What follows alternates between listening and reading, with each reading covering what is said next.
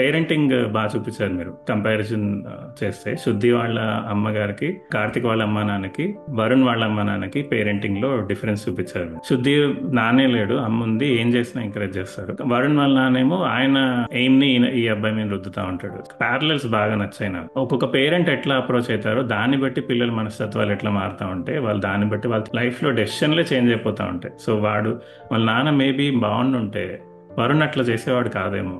వీడు కూడా, కార్తిక్ కూడా శుద్ధి వాళ్ళ అమ్మతో చెప్పేటప్పుడు నాకు మీలాంటి అమ్మ ఎందుకు లేదు, ఇట్లాంటి చాలా మందికి వచ్చే ఉంటాయి. వేరే ఫ్రెండ్స్ వాళ్ళ అమ్మల్ని చూసి, ఫ్రెండ్స్ వాళ్ళ అమ్మ నాన్నలు చూసి, మీ పేరెంట్స్ ఎంత కూల్ రా, వాళ్ళు బాగున్నారు, నేను మీ ఇంట్లో పుట్టుంటే బాగుండేదని, ఇట్లాంటివి అందరికి ఎప్పుడోసారి అనిపిస్తూనే ఉంటుంది. మనులో కూడా మీరు చూపిస్తారు విడిపోయిన పేరెంట్స్ పిల్లలు ఎట్లా ఉంటారు, సింగిల్ పేరెంట్హుడ్ వల్ల వచ్చిన పిల్లలు వాళ్ళ పెంపకం ఎట్లా ఉంటుంది. ఎందుకంటే మను అట్లా బ్లాక్స్ వేసుకుని ఇంత డిప్రెస్ కావడానికి రీజన్ కూడా అదే. సో పేరెంటింగ్ బాగాలేకపోవడం, అది బాగా చూపించారు మీరు. మీ పేరెంటింగ్ మీద ఏవో మంచి అభిప్రాయాలు ఉన్నాయని అనిపించింది. So what is about that?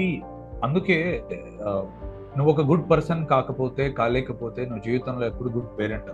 Parenting is not about conceiving or bringing out someone into this world. Parenting is about నీకు లైఫ్ పట్ల ఒక అవగాహన ఉన్న, ఒక ప్రణాళిక ఉండడం. ఎందుకంటే చిల్డ్రన్ ఎప్పుడైనా సరే ఒక ఫార్మేటివ్ ఇయర్స్కి వచ్చేంత వరకు any kind of child learns only through imitation. పిల్లలకి ఇంకా ప్రపంచంలో వేరే పద్ధతి తెలియదు వాళ్ళకి. They only learn from imitation.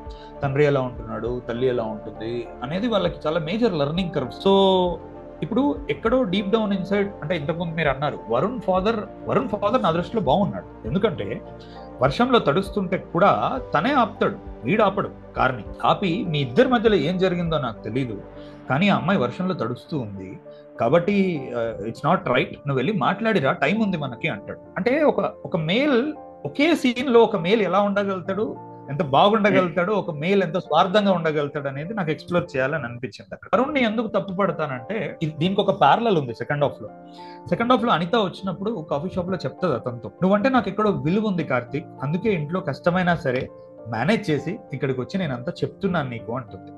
Cut చేస్తే నెక్స్ట్ ఇమీడియట్ సీన్ లో శుద్ధి చెప్తారు తన లైఫ్ ని డ్రా చేసుకుని ప్యారలల్. అట్లీస్ట్ అది చాలా మందిలా కాకుండా నీకు నిజం చెప్పే వెళ్ళిందిరా, సర్టెన్ టైం వరకే మనకు పేరెంటింగ్ హెల్ప్ అవుతుంది. తర్వాత మనం మన క్యారెక్టర్ ని ఎట్లా బిల్డ్ చేస్తాం. ఇప్పుడు నువ్వు శుద్ధి లాంటి అమ్మాయిని ఎదురుగా కూర్చోబెట్టి, ఇలా కాదమ్మా నాకు ఇప్పుడు బర్క్లీ అనేది పోయింది, నాకు ఎక్కడో వేరే వాడు ఎవడో ఒక చిన్న అవకాశం ఇస్తున్నా అంటున్నాడు కంపెన్సేట్ చేయడానికి, సో నేను ఆ పరిస్థితిలో ఉన్నా అని చెప్తే అర్థం చేసుకునే అంత అమ్మాయి శుద్ధి. కానీ it's not very easy. Life లో అందరికీ ధైర్యం ఉండుంటే the world would have been a different place. And వాళ్ళ అడోలసెన్స్ లో ఉన్నారు, అది కూడా అర్థం చేసుకోవాలనుకుంటా. అడోలసెన్స్ లో ఉన్నారు. అండ్ ఇప్పుడు ఎక్కడో తను వాళ్ళ ఫాదర్ నుంచి ఆ వ్యాలిడిటీ కోరుకుంటున్నాడు. అండ్ అది మనం ఈస్టర్ ఎగ్స్ ల రూపంలో చాలా సార్లు తను చెప్పాడు, తను ఒక డబుల్ ఫేస్ లైఫ్ బతకాల్సి వస్తుంది. ఎందుకు అనేది ఎవరికి వాళ్ళని చూసుకోవాలి. ఇప్పుడు ఎక్కడో వాళ్ళ ఫాదర్ ని హర్ట్ చేయడం ఇష్టం లేదు, లేకపోతే somewhere in some reason he wants to see his father happy, but అతని అబిలిటీస్ కూడా క్వశ్చనబుల్ కదా.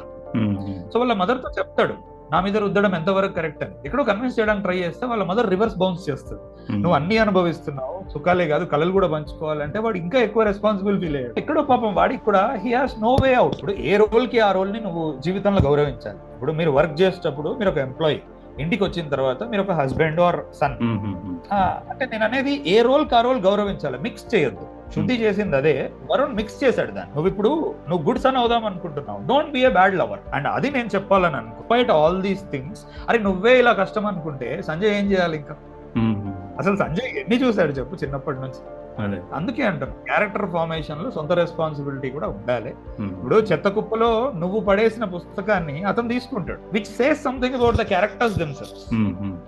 ఒకరు వద్దనుకున్నారు, ఒకరు దాన్ని ఎత్తుకున్నారు. అంటే మనం ఈ రోజు ఒక పాత్ర క్రియేట్ చేస్తే దాని గురించి ఇంతసేపు మాట్లాడడానికి ఉండాలి. అదే వీళ్ళు పేరెంట్స్ ఉన్నా ఎట్లున్నారు, ఆ అబ్బాయి పేరెంట్ లేకపోయినా, ఎవ్వరు లేకపోయినా అట్లా పెరిగాడు.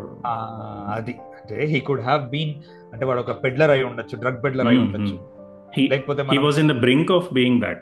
వాడే ఎటువైపైనా వెళ్ళిపోయి ఉండొచ్చు.